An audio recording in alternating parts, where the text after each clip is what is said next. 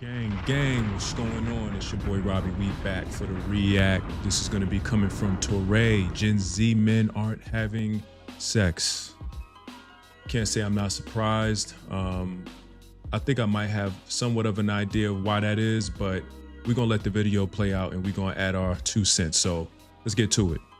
There's a sexual recession happening in this country. Gen Z doesn't fuck, or at least they fuck statistically less than previous generations, but I raise the question of how are you supposed to fuck in these conditions? Conditions so poor, I can't get it up, man. Sex recession. 30% of young men say they have not had sex in over a year and don't seem to care. He's having less sex because of... I'm having less sex because it's dangerous. You can't fuck like through a DM. I cannot envision a time and place for that in my life. Gen Z are not having sex. If you can't really connect with nobody, how are you having sex?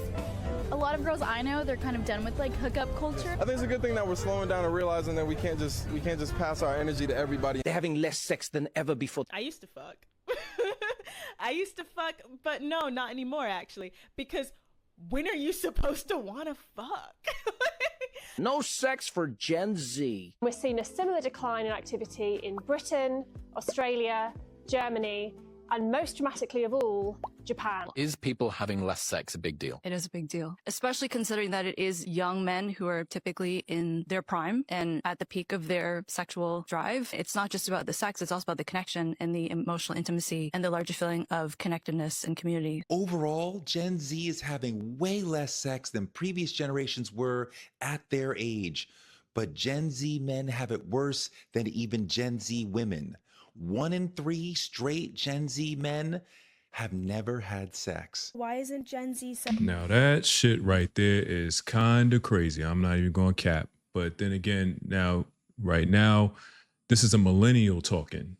You know what I'm saying? And I can even say, I'm kind of in my prime. You know what I mean? But I get it. Like when you just think about the whole concept of even getting busy, it requires work, man. It requires a lot of work. You got to court the young lady, which, this isn't anything new. You got to get to know the person and stuff like that. But just the act of having sex, it's like it requires work and stamina. It's like, fuck, I got to work to, get one off. You know what I'm saying? Like, it's too much work. Even with that requires work. And people don't want to fucking work, okay? actually active? Like, why is Gen Z having so much less sex than the other generations? I can only answer this question for myself, and my answer is because I'm eating a sandwich. And that is all the fulfillment that I need. I would rather be with my big fat sandwich by a body of water than having my creative energy harvested by one of you fools. I'm okay. I'm good. I'm talking about guys who are between 18 and 29, born between 1997 and 2012.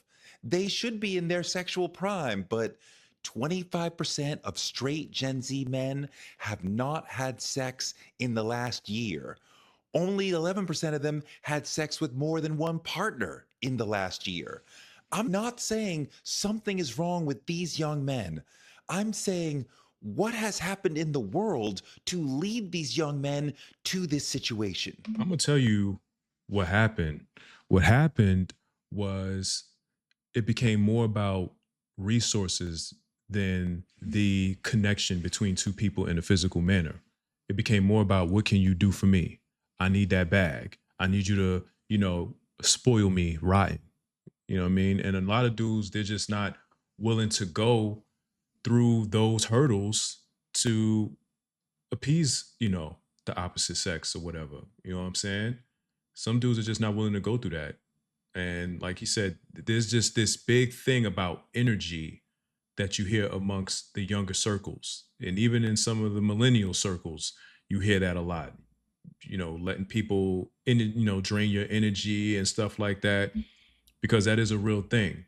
And then there's also still STDs and stuff like that you have to consider. It's just not feasible right now. There's a lot going on in the world, For one thing, Gen Z is the most depressed generation in history. Half of Gen Z has a diagnosed mental disorder, and of them, 90% have anxiety. So if you're anxious and depressed, the last thing you're going to want to do is go out and meet people, sit down, have a date, potentially face rejection. They have a lot of hopelessness, a lot of nihilism, and a lot of loneliness. And the reason why they have that is because of the previous generations and what they did.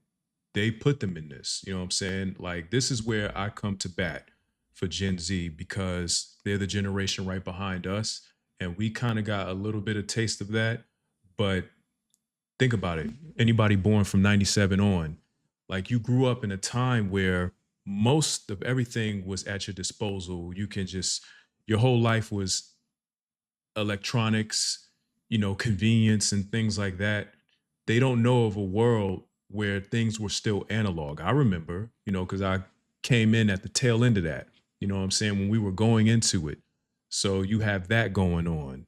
And you think about the 2008 recession, and then think about COVID. You know what I'm saying? A lot of their young life was sabotaged with all of this other nonsense. So yeah, you're going to get a whole group of just depressed, don't know where I'm going, just lost in all type of direction type of people. They aren't weak or soft. There's many valid reasons for their depression. Gen Z is the first generation in America that has absolutely no purpose or meaning in life. This is why they have terms like doomers.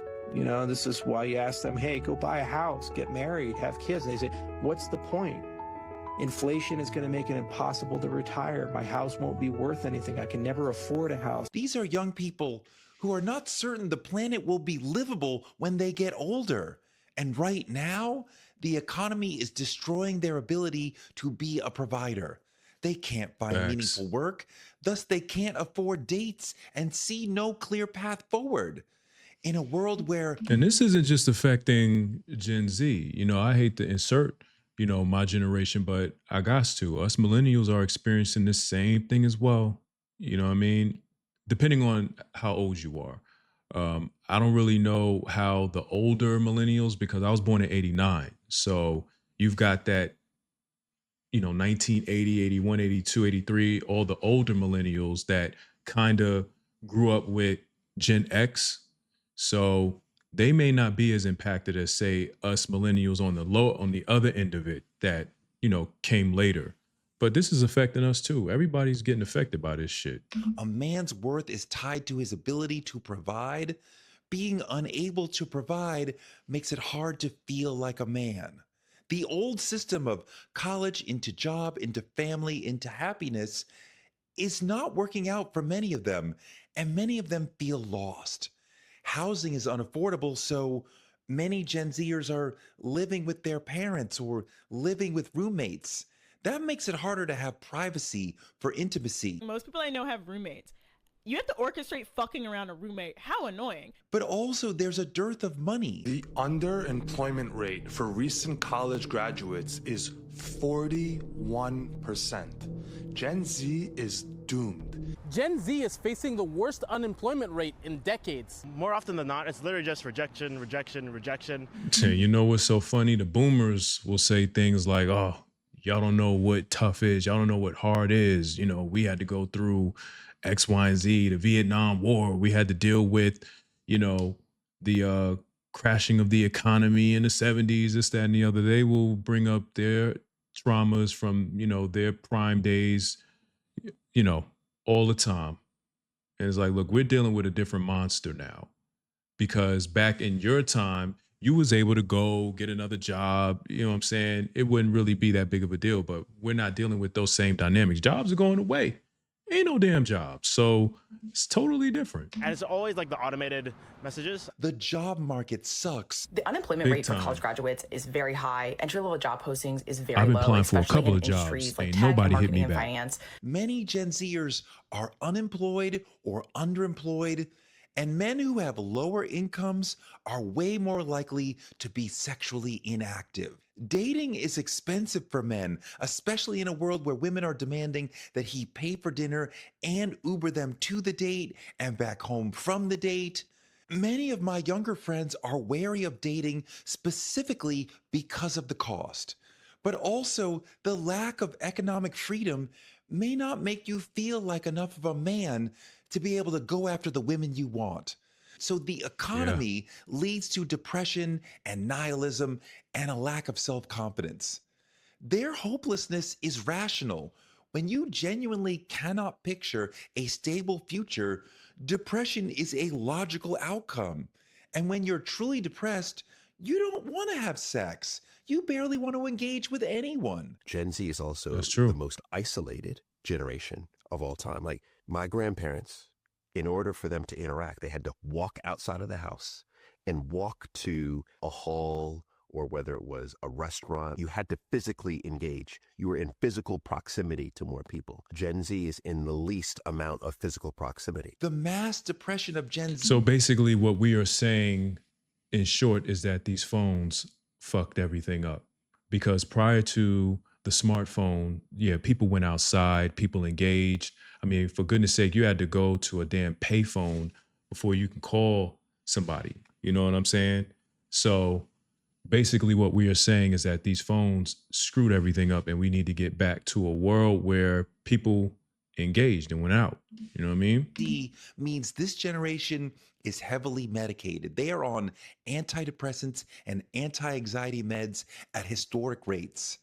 Many of those drugs suppress the libido, robbing people of the desire to have sex.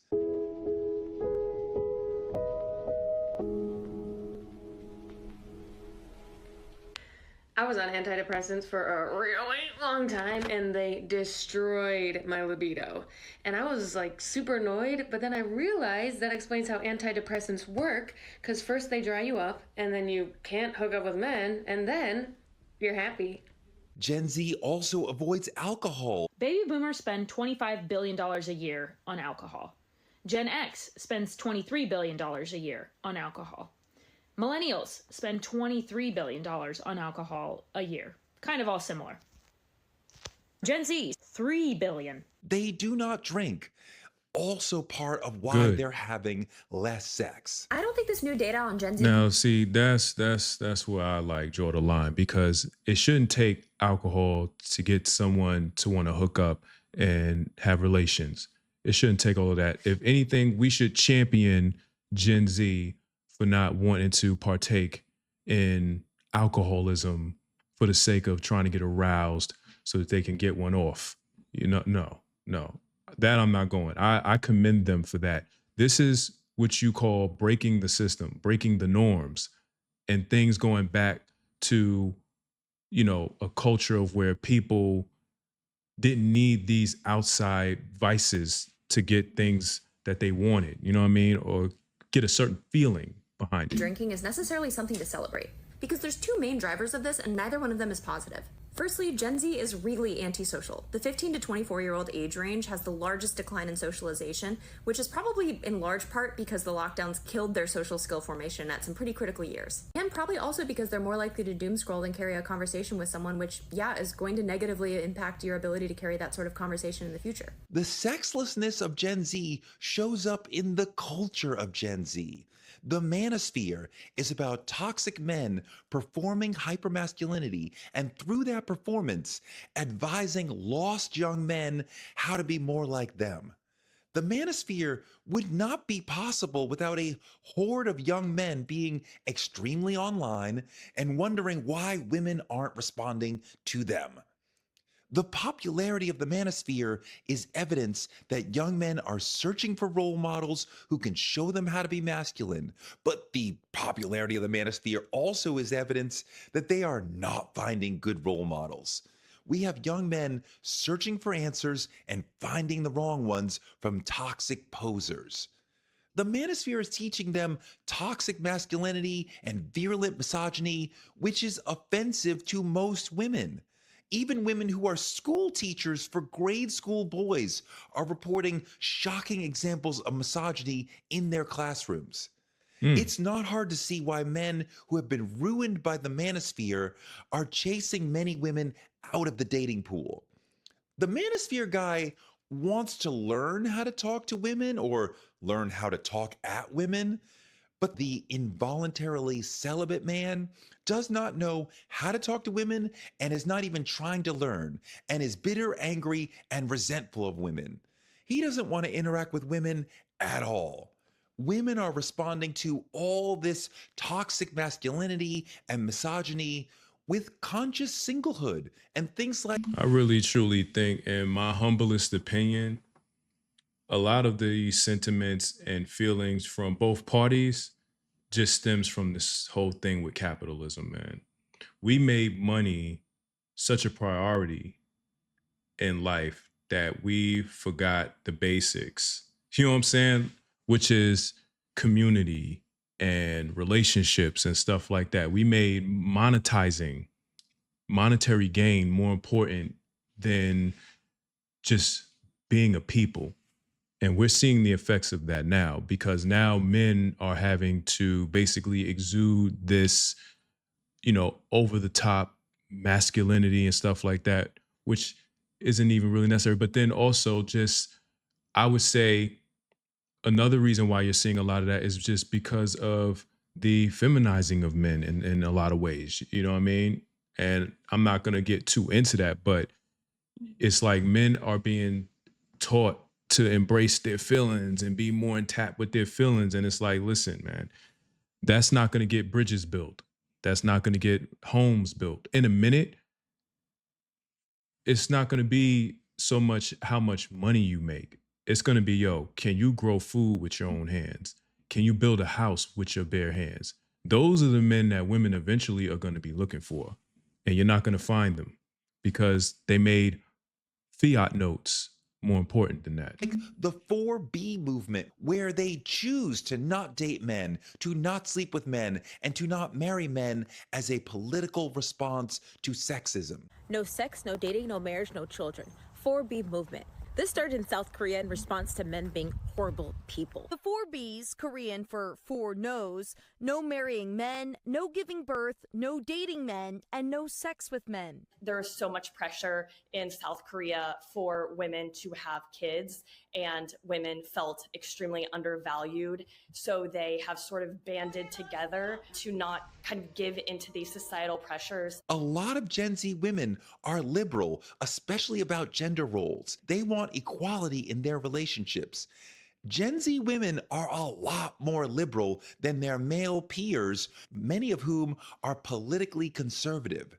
Many Gen Z men say they want submissive wives, but their peers want equality. 1/3 of Gen Z men think that wives should obey their husbands, and there are two reasons for this. Number one, a lot of Gen Z men literally have nothing going on at all. They have subsisted entirely on their parents' income because the economy is shit, and as such, during COVID, they fell down the rabbit hole of red pill content. So now they are wildly misogynistic, even more so than millennial men. It is an unfortunate truth that when men do not have a lot going on, what they try to do is to control women, because the truth of the matter is that a lot of them haven't been able to establish careers, they haven't had a lot of success, and they're trying to punish women for their own shortcomings, which is why they think we should point blank period just serve them and obey them, whatever they say, even though we have our own lives, ambitions, and interests. So there's clashing goals leading many into a sense of dating nihilism. And this right here, ladies and gentlemen, will be the end of humanity.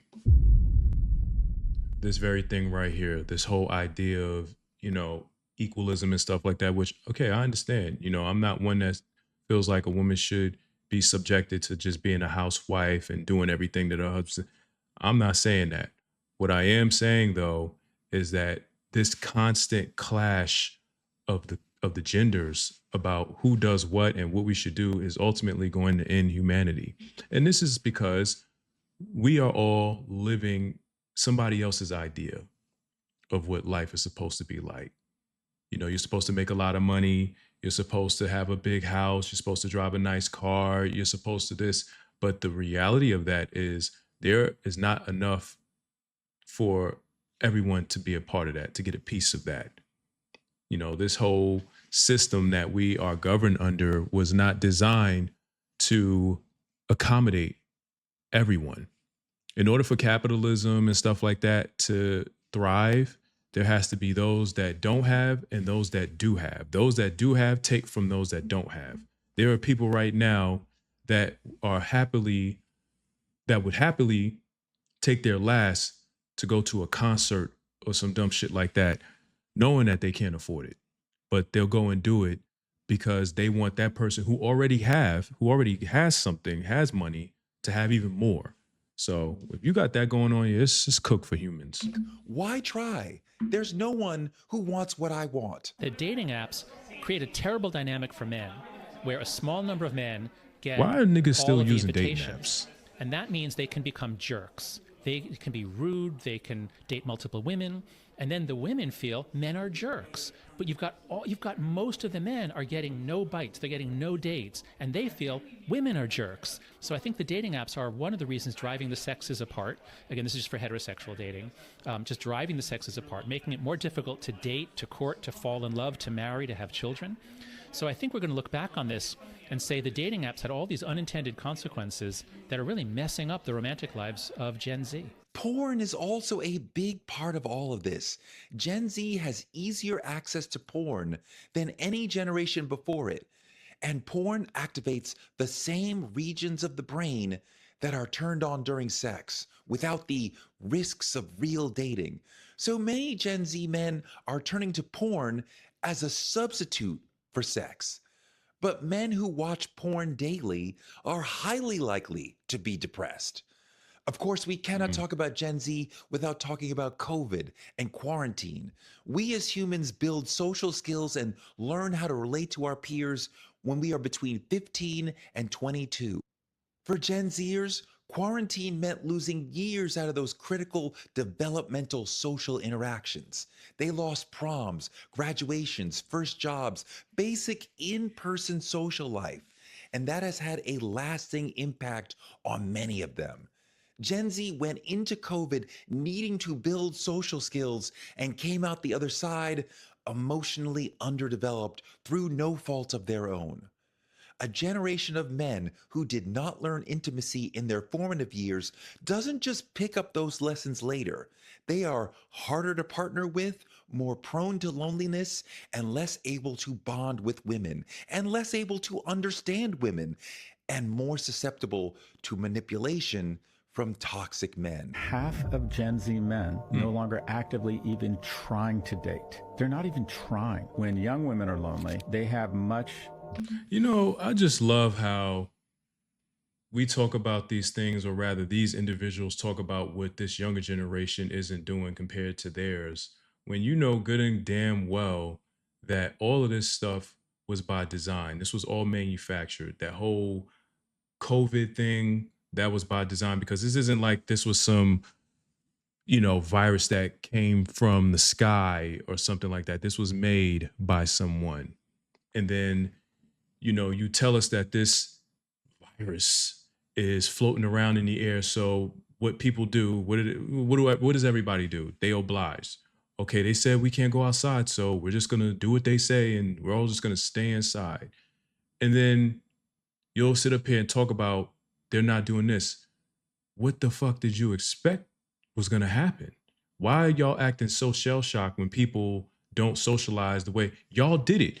Y'all did it, so now live with it.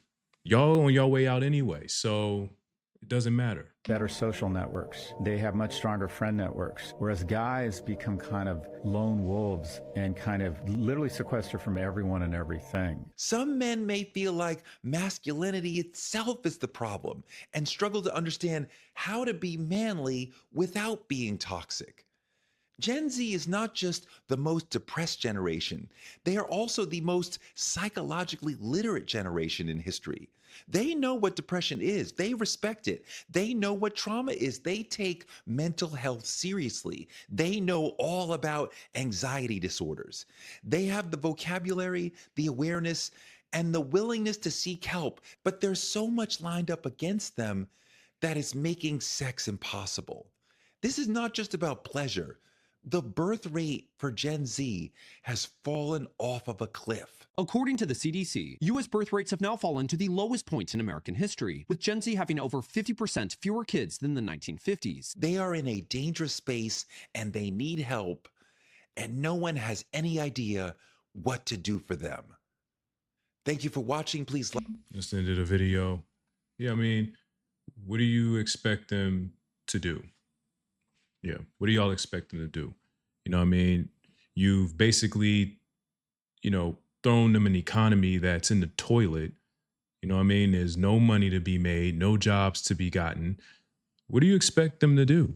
Why would anybody want to have kids when you have to take care of a kid? A kid is a huge responsibility. Why are we even talking about why Gen Z is not having any kids? Are y'all stupid or what? Like, baby making should be the last thing on people's mind. But I'll say this in closing. When you think about America as a whole, America doesn't breed hunters, men that can build a house with their bare hands, who can grow food in the ground for his family. No, what America does is it breeds a bunch of silver spoon motherfuckers, okay, who will just pay another man. A man will just pay another man to do what he could do with his own hands. That's what America has done for its men. And, I'm not really going to throw, women into this because this is not a conversation that necessarily revolves around them. They're on the sideline in this. They sit and they put up, you know what I'm saying? But when you think about just the continuance of human civilization, you know what I mean? And making sure that we have shelters and we have roads and we have things, you're going to need men, okay? And we're going to need our women too. You know what I'm saying? We have to get over this whole, we got to really disconnect from a lot of these externals that have been distracting us and making us, beef with each other. You know what I mean? That's where we got to start. But yeah, y'all let me know what y'all think. If you made it this far, I appreciate you. Make sure you check the like button, take the subway, and be sure to sound off in the comment section until security kicks y'all asses out of there. That being said, it's your boy Robbie. Until the next video, we gone.